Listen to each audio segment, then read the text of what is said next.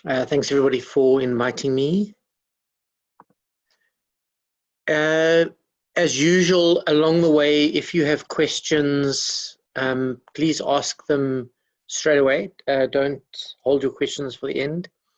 And the way to ask your question is either type it into the message bar or raise your hand, and we'll see it, and let's deal with the questions in real time. So the concept of resuscitation or CPR during the COVID pandemic is slightly different to the way we would have approached CPR or resuscitation at any other stage. And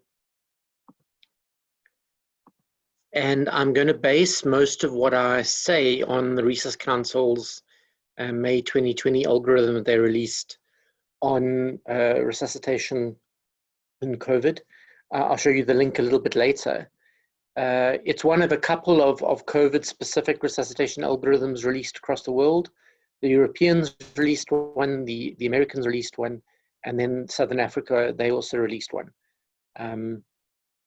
They're very, very similar, but it's been localized to a certain extent for the Southern African setting. So the majority of what I'm going to talk about is based off of their algorithm. So the first thing to talk about resuscitation is maybe prevent the resuscitation in the first place, or predict the resuscitation in the first place. The Muse system that we implement, certainly within the Netcare setting, which means that patients are assessed against a scoring system on a regular basis, is a really good tool for identifying the patient that is heading for an arrest. In the in-hospital setting, especially in the ICU setting, there's very seldom a concept of a sudden cardiac arrest. What's more likely to happen is it's a suddenly noticed cardiac arrest. We probably haven't been keeping as close an eye on the patient as we should, and we suddenly notice that they go into cardiac arrest. If we'd been doing monitoring on the patient and monitoring with a purpose or monitoring with a plan and charting it, we would probably have noticed patient deterioration ahead of the arrest itself. So that's the first thing, is predict that it's going to happen and try and prevent it happening in the first place. The other thing we just want to mention quickly is the patients that are on do not resuscitate orders. So the patients that are at the end of a terminal disease, at the end of a terminal process, patients with no real chance of survival should hopefully have been counseled, or at least their families hopefully also been counseled around them not getting CPR when they arrest. And that's hopefully documented. If you're in a Netcare setting, it's a red form that is in the patient's file, hopefully close to the front. But if anybody arrives at this arrest, they very readily know that this patient is not for CPR. And that's a perfectly acceptable decision to make, especially for a patient at the end of a terminal disease. If you want to go and read up on it, McCoy Mason out of KZN has written some really good articles around the concept of futile care. And if you think about a patient that's in stage 4 or in stage 4 cancer, in that process, and if you do resuscitate them and you manage to get a pulse back, sometimes you have to wonder, what do you get them back to, especially if you add to their poor contribution or their poor mental status by some sort of hypoxic brain damage on top of it. So McCoy Mason talks about the concept of a futile arrest being an unethical, or futile resuscitation being an unethical resuscitation. So it shouldn't be done. We shouldn't be doing cardiac arrest or resuscitations just because the patient has no pulse. We should be doing a resuscitation because we believe that we can bring the patient back to where they were. Remember, a resuscitation isn't a reset button. So it's not like we take a patient that has stage 4 cancer, we do a resuscitation and suddenly they're better than they were before they had the resuscitation. We can at best restore them to where they were before they went into the arrest.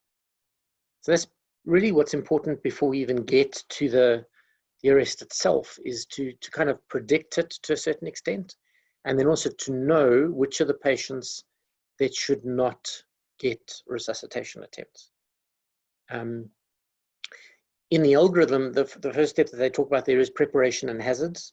So we know that in the COVID space, hazards are around us all the time, and the concept of PPE by now is familiar with everybody.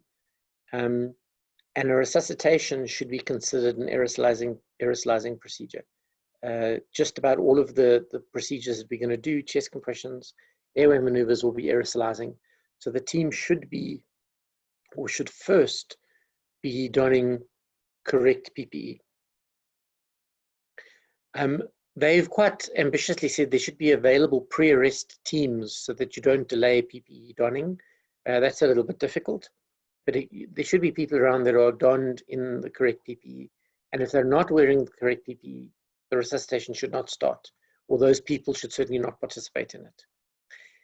The other thing is that we should be limiting the numbers of people that are doing these resuscitations. So it's not a case of everybody that has a spare hand come and help with the resuscitation.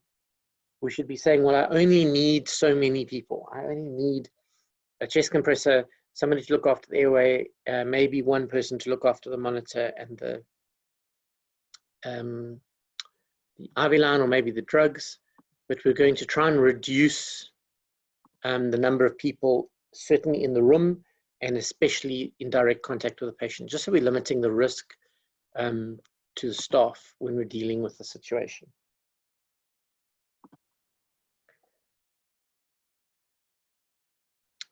The Resuscitation Council also put out this fairly nice guideline at the beginning of COVID, and I think it holds true quite nicely.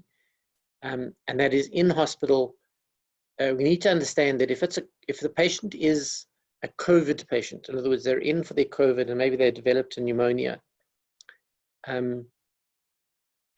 if that process leads them to a cardiac arrest, they've gone down a really long pathway to get to that from a pathophysiological perspective. And they're probably massively hypoxic, despite our best efforts. And they're potentially having a degree of organ failure. And I'm going to read it. As a result of a disease process and in general multi-organ failure, resulting in the patient requiring CPR, the reversibility of the disease is unlikely to occur with standard CPR, and therefore CPR is not shown to be beneficial. So they're really putting it in there to going, if the patient's gone down a COVID process, as with most terminal processes, CPR is unlikely to be effective, and the team that is standing in front of the patient should seriously consider whether they start at all. They're quite a bit stronger when they talk about out-of-hospital cardiac arrests, and this refers to a patient that arrests outside of hospital, be it one that our paramedics respond to, or one that arrests outside of the hospital and then is brought to an emergency department. And they say, quite simply, for COVID patients with an out-of-hospital, unwitnessed cardiac arrest, they recommend against starting CPR. The benefit does not outweigh the risk in those cases. And it really boils down to those old H's and T's, the identifiable and reversible cause. It must be identifiable and reversible. If you can just identify it, but you can't reverse it, then there's certainly no point in doing the resuscitation. So if the patient has no blood volume and you don't have any blood product to give the patient, continuing with the resuscitation is futile, because until you restore the blood volume, pushing on the heart is going to do nothing. So if you're in a setting where you cannot restore blood volume, and you know that it is a hypovolemic cardiac arrest, then doing the resuscitation is futile. If you're in a setting where you know it's hypovolemia, you recognize it, and you can do something about it, then that is the resuscitation to aggressively pursue. So, and we'll talk a little bit more about the causes in a little bit. Just quickly, these are some photos out of a study that just looked at chest compressions and the degree of aerosolization with chest compressions with different airway devices, and then also chest compressions during intubation. And what you can see is above the face, in almost all settings, there is some aerosolization above the patient. Even getting quite in the face, that bottom right-hand picture of the gentleman doing the intubation, you can see that he's completely exposed to whatever's being aerosolized out of the patient. The only one where it's properly limited is the patient that has an advanced airway and a filter. The two of those together do a fairly good job of limiting the aerosolization. So it's going to be one of our maybe priorities in these patients, is to get the airway controlled and put a filter on. Even the patient that has a mask over his face, you can see that there is an amount of aerosolization above the patient's head coming out of the sides of the mask. The only one that really seems to work is having an advanced airway. Chest compressions should certainly be considered aerosolizing, and the person doing it should be wearing the right PPE, and if there's chest compressions happening, everybody around the patient wearing the right PPE. Sorry, every now and again I'm just checking because I see there's questions coming out. In the event of being a witnessed COVID arrest in or out of hospital, any guidelines other than the H's and T's to keep in mind? Kylie, I'm going to hold on to your question for a little bit till when we get to the H's and T's, but and I'm going to talk about that more specifically, if that's okay with you. So there are some modifications in a COVID cardiac arrest. We would normally say don't rush at intubating the patient. If the BVM is working, then so be it. We're going to say as soon as somebody's there that can place an advanced airway, it should be done. Preferably by the person who's most likely to get it in the quickest first time. And then a filter must be put on straight away. If there's nobody there that can do an advanced airway, then we can do BVM ventilations with two caveats. The first one is that the mask must be sealed to the face all the time. So not just when delivering ventilations, but the mask gets sealed 100% of the time. Even during chest compressions, the BVM mask stays sealed to the face. And even though it's BVM ventilations, there's also a filter between the mask and the bag valve mask. So those are maybe some changes. The Research Council also put in a guideline to say if there's an advanced airway, it can be attached to a ventilator to reduce the number of people required close to the patient.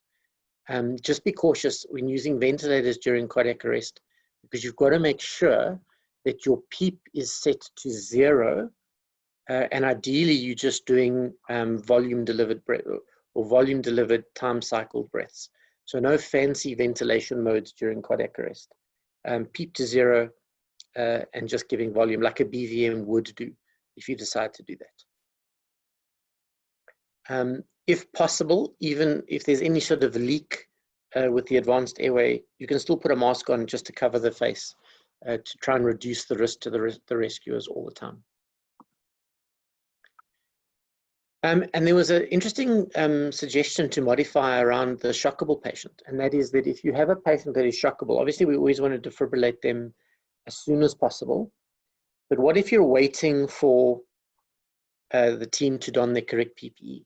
So defibrillation was the one thing that was in fact shown to be not particularly aerosol generating and is probably safe to do while you're waiting for the team to put on their full PPE. So if somebody's nearby wearing just its kind of standard PPE, they can go ahead and defibrillate the patient, and they say you can do it up to 3 times. So there's no chest compressions, there's no ventilations, there's none of those things. It's just a defibrillation to see if it clears the ventricular defibrillation. So this is one modification that is acceptable. So we're going to delay the ventilations until the team is dressed appropriately with the right equipment. And especially for the lay public, what they've described is that if you want to start chest compressions or do chest compression only CPR, one of the things you can do is just put a cover over the face so that it reduces the risk to the rescuer in terms of what's being blown across their face. These are all things that are a little bit difficult, especially if you've been to an ACLS course recently and you've been hammered into shock and immediately do chest compressions. Now we're going to say shock and start compressions if safe to do so. In other words, if the team is dressed in correct PPE. Mandy will tell us that we've had a number of incidences now where we've had teams go in to do cardiac arrests in a ward without wearing the correct PPE. So not N95 or FFP2 level masks, no visors. And in those cases, we've had a very high transmission rate to staff. And all that they were involved in was simple BLS, chest compressions and BVM ventilations. And a large number of the staff are becoming infected from that. What's really interesting was an early study that came out of the COVID epicenter.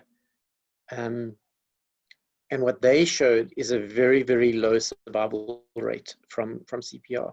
And this was in hospital, where you'd expect maybe 20 to 25, if you're lucky, 30% survival rate for in-hospital cardiac arrest, because it's witnessed and we can get to them really quickly.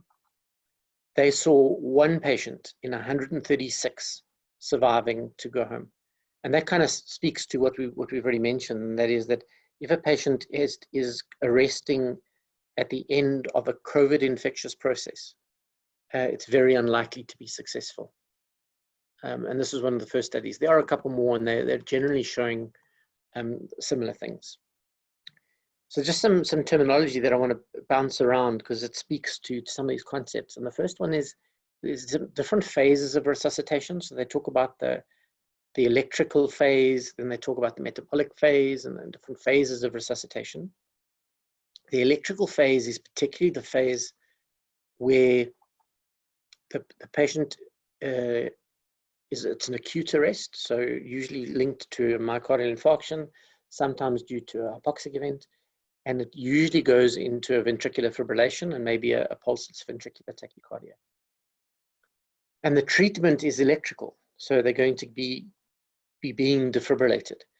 As long as they're in the electrical phase, and the electrical phase probably only lasts the first 5, maybe 10 minutes of a cardiac arrest. Those are the patients that still have a relatively good chance of being rescued. So if they're in a shockable rhythm in the first couple of minutes, those are the cardiac arrests that we're probably going to chase a little bit harder. But once they've gone into those slow, horrible PEAs, and they're no longer in the electrical phase of the resuscitation, we're not as hopeful for the patient to recover.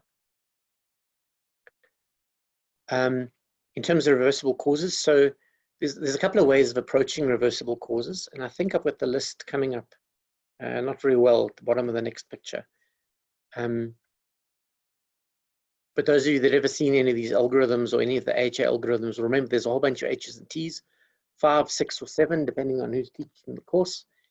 And in general, the normal approach that's taught to H's and T's is you just go through all of them and you consider which ones could be present in the patient. And because there's really little, I'm just going to read through them quickly. The first one is hypoxia. And in the case of COVID, the chance of there being a hypoxic element is significant, especially if they're a pneumonia-styled COVID. So you need to be doing whatever you can to oxygenate the patient. Now, if the patient was on max ventilations, had been prone, is on 100% oxygenation at exceptionally high pressures, there's not a lot more that you can do in the cardiac arrest phase to improve the oxygenation. And those are the patients that really don't do well. Then just to go through the list: hypovolemia, hypothermia, hydrogen ion imbalance, the potassium imbalance, hypoglycemia, tension, tamponade, toxins. There's kind of a whole list. Now, in most cases, if the patient is in the hospital, we should have a relatively good idea about what their history is. So we should have a fairly good idea about what's going on with the patient. So, it's really unlikely the patient that's been in a hospital bed in a temperature-controlled environment that hasn't been anywhere is suddenly spontaneously going to become hypothermic.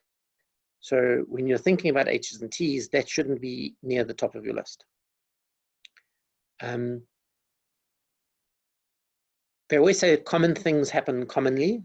It's the other reason for the list of H's and T's, because those are the most common causes of cardiac arrest. They're not the only causes of cardiac arrest. There's definitely more, but those are the most common ones.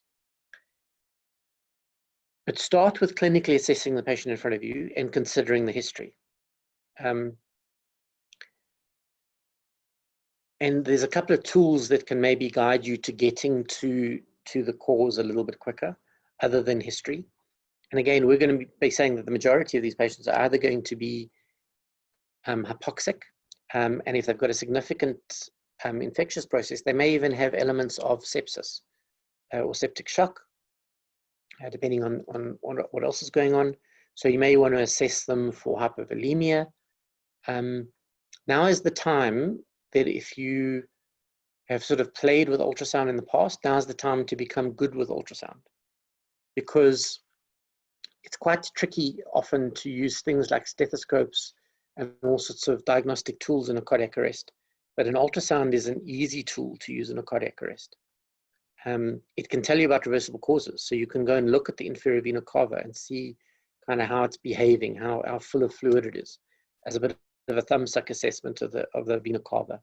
You can go and look at the ventricles, and if the ventricles are collapsing completely against each other, they sometimes call them kissing ventricles, so they're touching from side to side.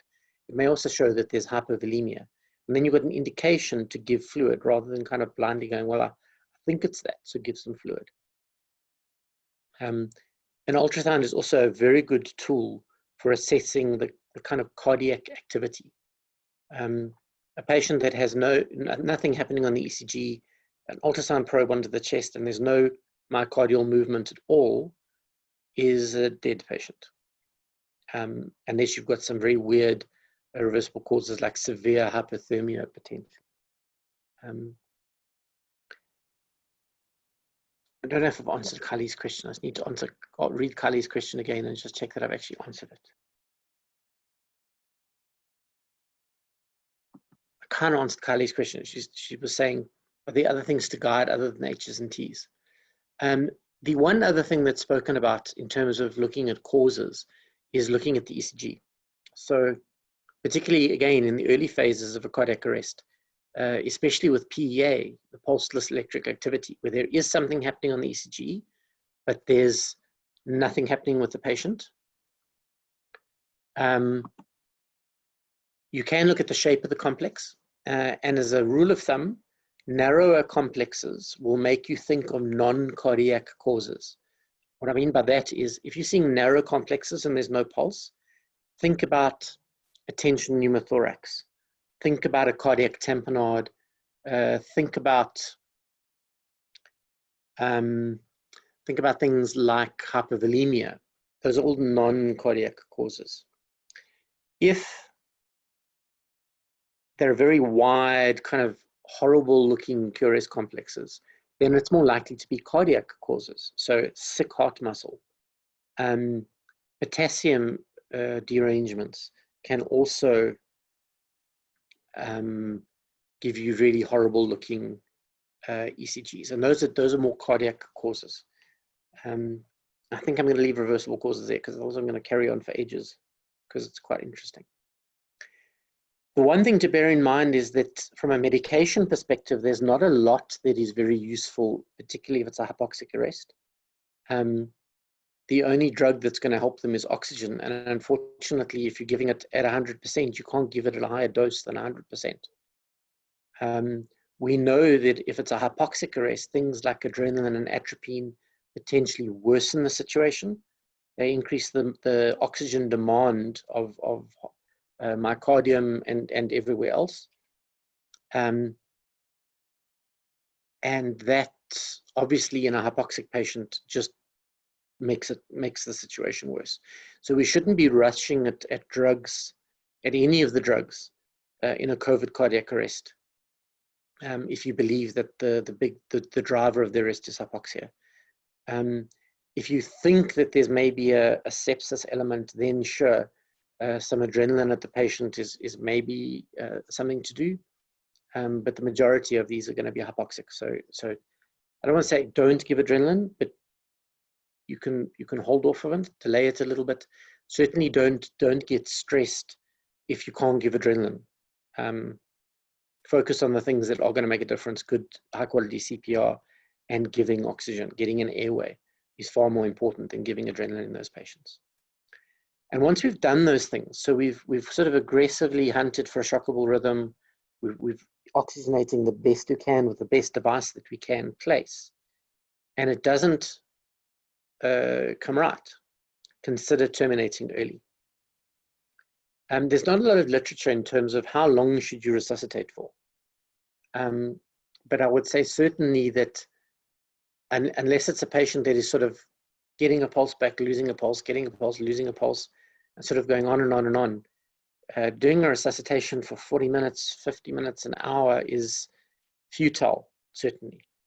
There is some literature that talks about a patient that's in a systole, or you've ruled out the causes and maybe they're in a PEA. And once you've gotten a systole or a PEA and you've ruled out all the causes, and you know that you fixed all the causes that you can, the time that they talk about is resuscitating for a maximum of 10 minutes, not a minimum of 10 minutes. So they're not saying do it for at least 10 minutes.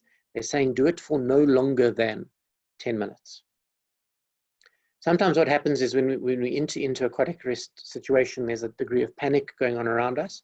So we start the resuscitation while we try and work out what's going on, what's the history, what's the story with this patient. If you immediately, so you start your resuscitation and you immediately find a do not resuscitate document, you'll spend 5 seconds confirming that that document belongs to this patient. And once you're happy that that is true, you can stop your resuscitation. There's no rule that says that once you start, you have to continue for any period of time. As soon as you are comfortable, if you're the senior practitioner of the patient, as soon as you're comfortable that the patient either is irreversible or is a patient that is not for resuscitation, stop the resuscitation. Particularly in the COVID setting, a resuscitation brings risk to the rescuers. So we will gladly do a resuscitation when we believe that there's a chance of the patient recovering.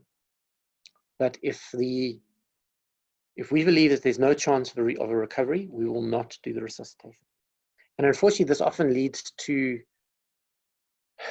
the emotions of the situation getting tricky. So I know today I dealt with a complaint from a family because the paramedics arrived to an unwitnessed cardiac arrest of a patient that had a flu-like history.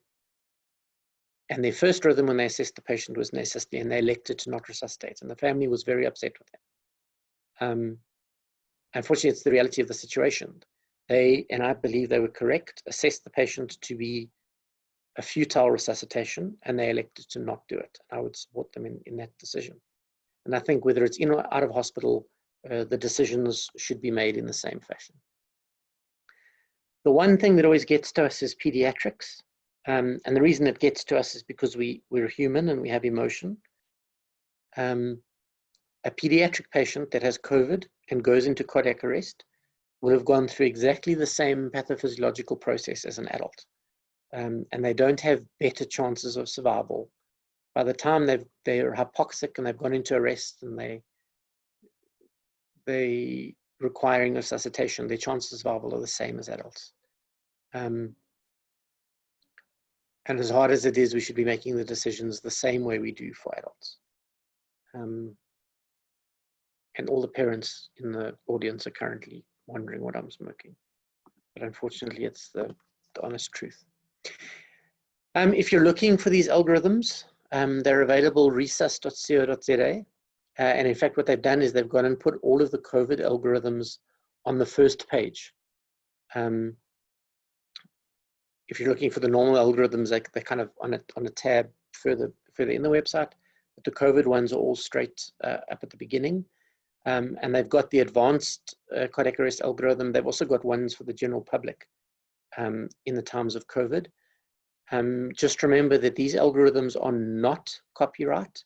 So anybody's entitled to download them, print them, whatever you want to do with them, but stick them up on a wall somewhere so that they're there as kind of a reference.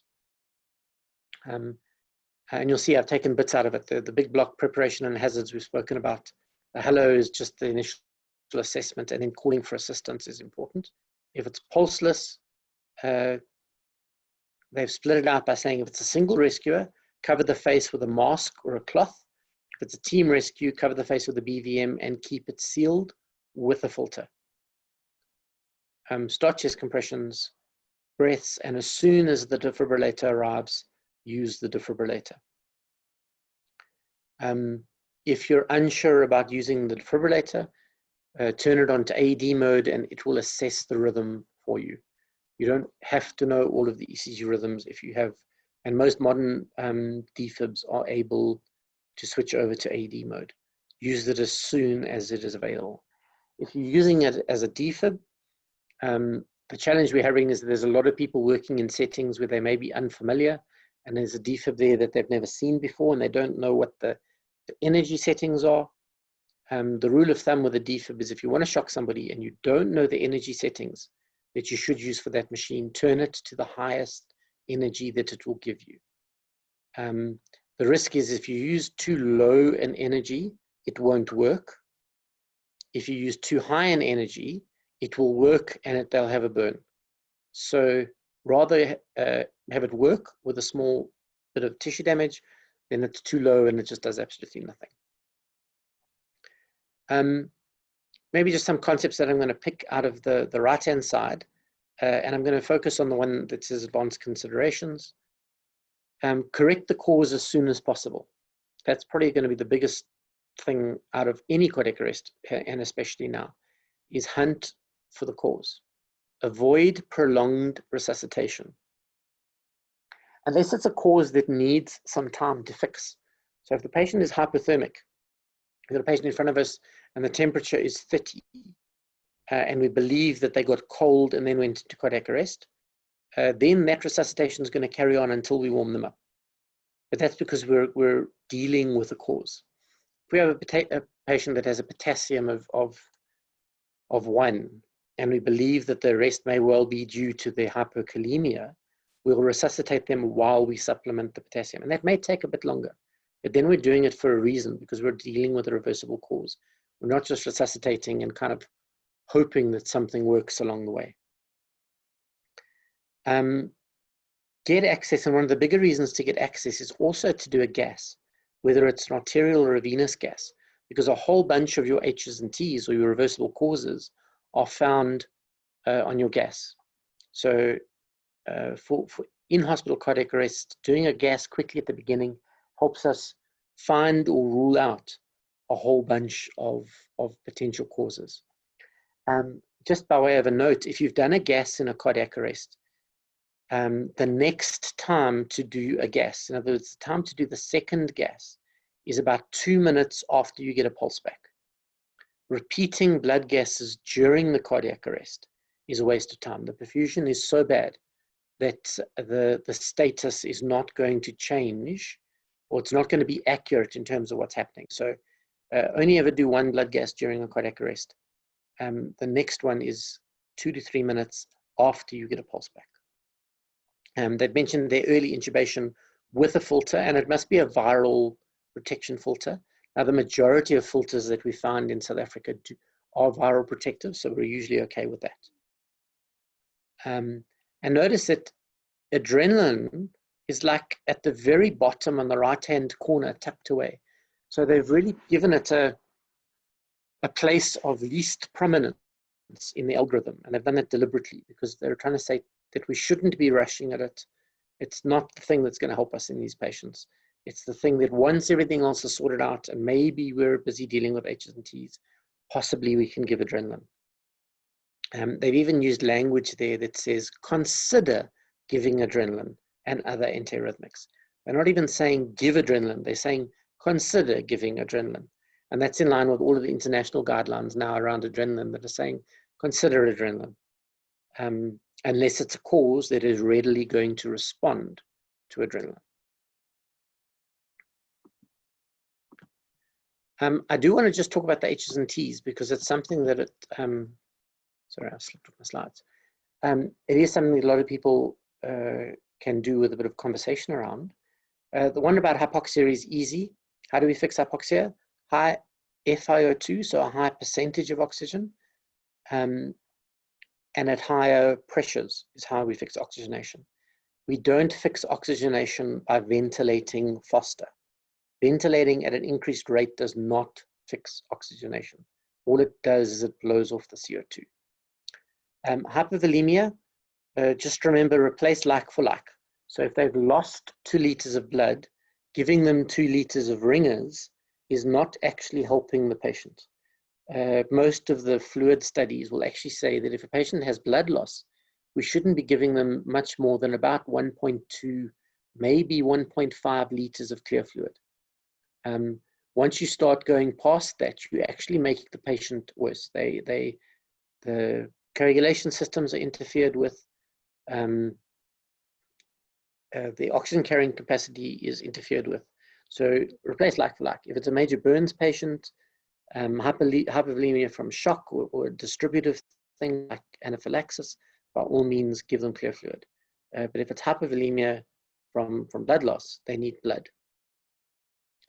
Hypothermia. The first and the biggest challenge with hypothermia is knowing about it. We're really bad in our climate at putting thermometers into patients. And doing a forehead temperature looking for hypothermia is not going to work. It needs to be a core temperature. So it's got to be invasive, either esophageal or a rectal, or if you've got the equipment, a bladder temperature. And know that if it's above 32, 33, that's not the cause of your cardiac arrest. You really got to get to temperatures of 29 or 30 before that's the reason that they're in cardiac arrest. So if they're sitting at 33 degrees, that's okay. Carry on with your resuscitation. That's not the reason that they're still in arrest. Hydrogen ion imbalance, so acidosis. Usually the only way to really know about that is off blood gas, although sometimes we can take guesses based on the history. So a patient that is a tricyclic overdose patients, I'm trying to think what are some of the acid driving things. Aspirin, cocaine as well, those patients may be profoundly acidemic, and those patients we're going to treat the acidosis. And we know that the normal pH, 7.35 to 7.45, but we're only going to actually aggressively treat the acidosis with things like with bicarb if it's below 7. The patients in cardiac arrest, their metabolic state is terrible. They haven't been breathing properly. All of them will have a degree of respiratory acidosis. And that respiratory acidosis can take them down to 7.1, 7.2. Adding bicarb to those patients actually just increases the amount of carbon dioxide that circulates and then makes the acidosis worse. So again, we're going to target our use of bicarb. The other patient is the patient that is acidotic and also has a really, really low bicarb because they're being compensating. Then we may give them some bicarb to kind of help them out. But you're only going to know about that if you do a gas and you actually measure it. Then the potassium, whether it's too high or too low. And we know that it's somewhere in the region of 3.5 to 5.3, depending on what book you read. If it's really low, supplement it. We know that in a live patient, your potassium goes in over a long period of time. So we ideally, over an hour or longer is how long we take to supplement potassium in a live patient. In a dead patient, we're still not going to give it as a bolus, as a flush, but we can give it over about 20 minutes during cardiac arrest. So there suddenly becomes a reason to resuscitate for a little bit longer if you're supplementing potassium. And that's really because you can only give it slower. Hyperkalemia, a little bit more tricky, but probably a combination of calcium, sotabic, and some insulin is what you're going to be doing to get the potassium down. Hypoglycemia is on the list here, although it's not really a cause of cardiac arrest. It's usually more a cause of respiratory arrest and hypoxia. And if we find it, we'll treat it, but we're not going to aggressively go hunting for hypoglycemia in a cardiac arrest patient. Tension pneumothoraxes or pneumothoraces can be tricky in cardiac arrest to identify. Ideally, you want to be able to use an ultrasound so that you can check that the pleura are all touching all around the lung, because then you can rule it out. If you're ventilating the patient and your tube is at the right depth and you have absolutely no breath sounds on the one side, then you can think about a tension pneumothorax. And some other things in history is, remember, if the patient's been on a ventilator, especially if we've been treating their hypoxia with really high pressures, we do then introduce the risk of a tension pneumo. So, have those considerations. There is no time for a chest x-ray to find a tension pneumothorax. Finding a chest x-ray of a tension pneumothorax is reasonably criminal. It needs to be a clinical diagnosis. and then it needs to be released either with a needle or with a blade as rapidly as possible. Cardiac tamponades, everybody will mention, oh yes, there's a thing called Beck's triad. Well, very few patients actually have Beck's triad when they're in cardiac arrest. And the only reliable way to find a cardiac tamponade, especially in arrest, is with an ultrasound probe. And that is putting a probe on the chest visually, and it's fairly easy to see a cardiac tamponade on an ultrasound. It's a thick layer of fluid around the heart. And then if it's a reversible cause, or if it's in a situation where it can readily be reversed, surgically dealing with a tamponade. Toxins are a bit more tricky because you've got to work out which toxin is it, and that's a talk all on its own. And if it's a toxin that has an antidote, giving it. What's interesting is sort of coming to the fore as an antidote for a lot of things is this concept of high dose insulin. Beta blockers, calcium channel blockers, hyperkalemia, all seem to respond quite nicely to really high dose insulin. The trauma patient is really back to usually due to bleeding, which is why they're in cardiac arrest. Trauma cardiac arrests again are the kind of their own special animal. And the concept there is, especially if it's a blunt trauma cardiac arrest, is assume that everything is wrong and treat everything. So in a blunt trauma cardiac arrest, we decompress both sides of the chest. We give a liter of fluid, we tube and ventilate them, we bind their pelvis, and we straighten all their limbs. Because we're assuming that everything's broken. We're assuming that they have pneumothoraces. There's no time to go looking for it. We just treat all of them.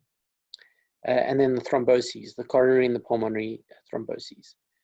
Once they've reached the point of cardiac arrest and you come to that as your diagnosis, unless you're in a setting that you can get them to a cath lab with a waiting cardiologist within a couple of minutes, that is usually a terminal diagnosis. So he's had a massive PE, he now doesn't have a pulse. That's a terminal diagnosis. It's a reason to stop resuscitating. As I say, unless you have the interventional capabilities immediately available for the patient. That's not an intervention that you can do CPR for 30 minutes and then go and do the intervention. That ship has sailed. So that's a bit of a whirlwind tour through cardiac arrest with a lot of the specifics on COVID. Are there any questions?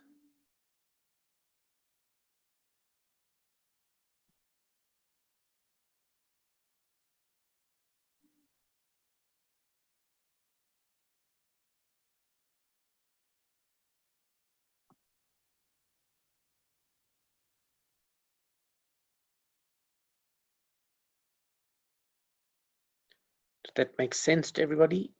Or as I said last night, that I put everybody to sleep?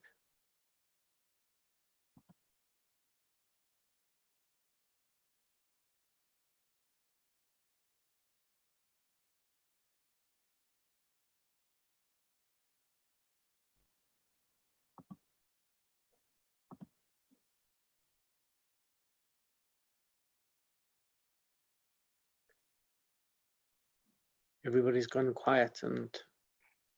Dave, is Chris still there? Or did he also leave? Maybe he's also fallen asleep. Chris? There is a question here. How often can you repeat the defibrillation, Dave? So, cooled question.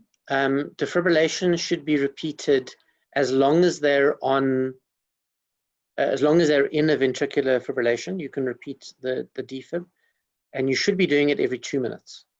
Remember that 3 attempt is only if you're waiting for people to get ready to do CPR. Once CPR is started, you do a single shock every 2 minutes, as long as they're in a shockable rhythm. As soon as they're not in a shockable rhythm, obviously you're not going to shock them anymore, but no more often than 2 minutes. And the other trick, the other discipline to defibrillation, maybe I can just mention it, is once you've defibrillated them, wait 2 minutes before you even look at the monitor again. I'll guarantee you that after shocking a patient, they will not have a normal rhythm and they will not have a pulse.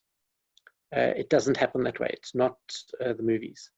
So shock them and do CPR for 2 minutes. And only after the 2 minutes of CPR, reassess to see, do I have to shock or do I have to carry on with CPR? What we see a lot of people doing is they shock and then they're staring at the monitor and it sort of changes kind of, and then they're not doing CPR because then they can't see the monitor. And that whole time the patient's actually just getting worse. So shock them and immediately 2 minutes of CPR after that. Resus regarding a death on arrival, COVID-exposed PEDS patient. How long do we run the CPR? I'm going to say it depends, as with so many other things. If any patient, and I'm going to say adult or pediatric, it doesn't matter. If any patient arrives, unwitnessed cardiac arrest, and you have a suspicion of COVID, and they're in asystole, that is a dead patient. That's a dead on arrival. If you're unsure what the diagnosis is, it's reasonable to start while you're asking questions. And obviously look at an ECG. And again, if it's an asystole, the maximum resuscitation time should be 10 minutes. Not the minimum, the maximum resuscitation time should be 10 minutes if they're in asystole. If there's a rhythm that maybe is pointing us towards something that we can do, like shocking it, something that's indicating hypoglycemia, anything like that, and there's a reversible cause, go and hunt for that. But if it's just an asystole that arrives at the door, don't resuscitate for more than 10 minutes. It's a futile exercise. Even if it's a pediatric patient and your heartstrings are being tugged to really want to help them, it is futile and shouldn't be done.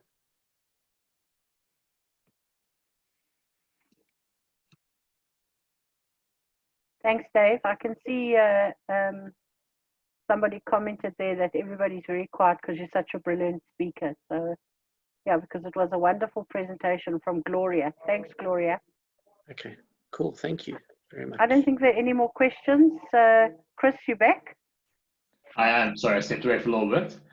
Thank you again, Dave, for a great talk. Mandy, you have to remind me again of tomorrow's session. I think it's Tammy tomorrow night. Tammy's going to do a part 2 of the ABC of ventilation. A lot of people enjoyed that ventilation session, but I think Tammy's put a little bit more practical advice into the presentation. Is that correct, Dave? Or have you put more practical advice into Tammy's presentation, Dave? To be honest, I haven't got a clue. Yeah, we did speak about it a little bit. So there'll be a couple more of sort of the basics of ventilation thrown in as well. Yeah, absolutely. And then if you have a look on our website, which is up and running, am I correct, Chris? We've managed to secure talks right into August. There's some interesting ones coming. There's the cardiac COVID, there's the comorbid COVID, there's the pregnant COVID, there's the pediatric COVID. We've got really great speakers. And there's also the post-COVID syndrome and the neurological COVID. Sure, I think I had a neurological moment there. So if you're enjoying our series, please invite other people. Here it is, https://bit.ly/Netcare lectures. And if you can register on there. If you've got any queries, you can email Chris and I. There's the website link, Gloria, https. If you quickly copy that, you'll be able to get onto the website. Chris has been very busy with the IT team developing the website. And the website's going to continue. I think that the series started now in COVID, but it's something we're going to continue going forward. Thank you very much, everybody. Chris, you want to close up? That's perfect. Thanks, Mandy. I have nothing else to add. As Mandy said, please do share the link with others and pass on the message. We've had lots of requests and people worried that they're sharing the link. These sessions are open to anybody and everybody. The more the merrier. We'd be happy to welcome colleagues from far and wide to join us for these sessions. Otherwise, thank you again, David. Thank you all for joining us. We'll see you all soon or see you tomorrow night. Have a good evening. Thanks, everybody. Bye, Dave.